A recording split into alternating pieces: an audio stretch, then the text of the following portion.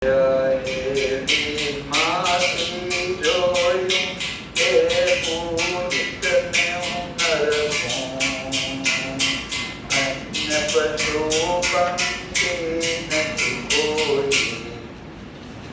કે અત્યારે આ પુરુષને જોવું, કારણ કે અત્યારે કોઈ મને જોતું નથી ને, અત્યારે પુરુષને એકાંતમાં મળવું એટલે હું જોઈ લઉં.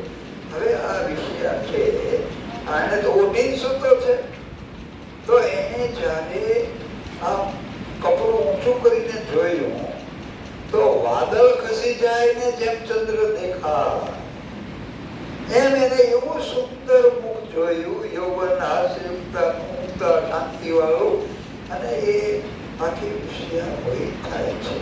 કે છે કે આવો તો જે મા બાપે બહુ પુણ્ય કર્યું છે, કાશી પર્વત મુકાવ્યા છે, ત્યારે આવો દીકરો મળ્યો હશે, કેવા પુણ્ય કર્યા છે, એને આવો ભરથાર મળ્યો હોય, આવો સ્વામી. મેં તો કઈ પુણ્ય કર્યા નથી, તો મને આવો સ્વામી ક્યાંથી મળે, કોણ હશે, હજી એને ખબર નથી. પછી એને કુતૂહલ થયું કે એની કડિયું જે પહેર્યું હતું એને પેલા બટન નહોતા, બાંધવા માટે સામસામી દોરી સીવેલી હોય, એને કસ કહેતા. અને એ કસે એક અને જે છેડો હતો ત્યાં એક ચિઠ્ઠી બાંધેલી એને જોઈ, અને આ ચિઠ્ઠી જોઈ એટલે એને થયું કે આમાં શું છે. એટલે એને વાંચ્યું તો એમાં લખ્યું હતું કે રૂપન જોશો રંગન જોશો ના જોશો કરસૂત્ર ભૂત ઘટીએ કે નવ જોજો બીજો ને પુત્ર. એ કે જો આનો રૂપ નો જોશો, રંગ નો જોશો, ઘરસૂત્ર એટલે કુટુંબ એનો કોણ છે, કોનો દીકરો, એ કાંઈ જોતા નહીં. કે પણ ઘડી મુહૂર્ત કે ઘટી એટલે ઘડી ચોઘડી, એ ઘડી કે સાવ ચોઘડિયું કાંઈ ન જોતા, પણ વિષ દેજો ની પુત્ર, અને તરત જ વિષ આપજો ને દીકરા. જો પુત્ર સૂત્ર, ઘરસૂત્ર તો છે એટલે પ્રાસ પુત્ર. એટલે આ રીતે એને કાગળમાં લખ્યું હતું.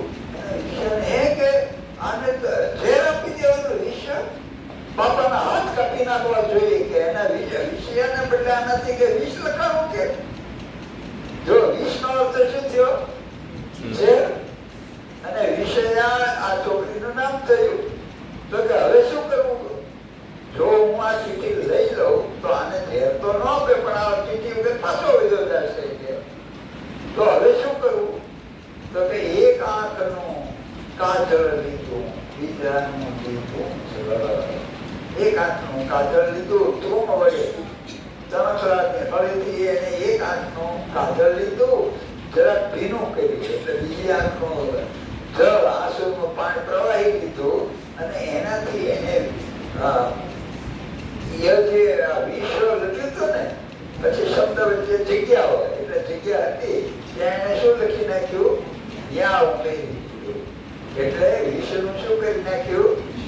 વિષયાય. વિષયનું કહ્યું વિષયાય. નારદ મુનિ કહે સાંભળ અર્જુન, કરતા હતા વિનાશ,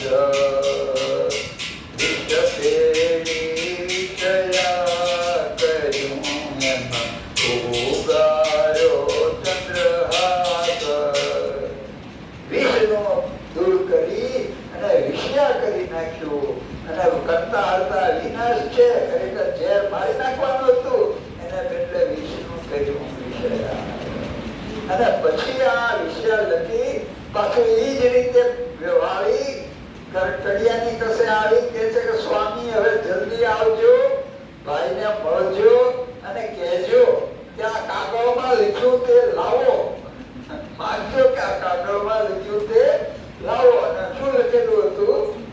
તો કે વિષયા દેજો ની પુત્ર. એમ થઈ ગયું છે ને, વિષ્ણુ શું થઈ ગયું?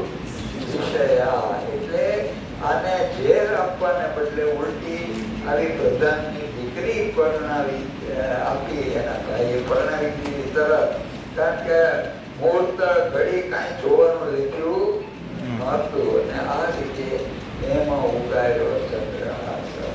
ભગવાન જેને રાખવા ઈચ્છે છે એના કોઈ વાળ વાંકો ઝાંકો રાખે સાંઈયા માર શકે ના કોઈ. એટલે એ જ રીતે એનો વાળ પણ વાંકો થતો નથી. એ કથા એક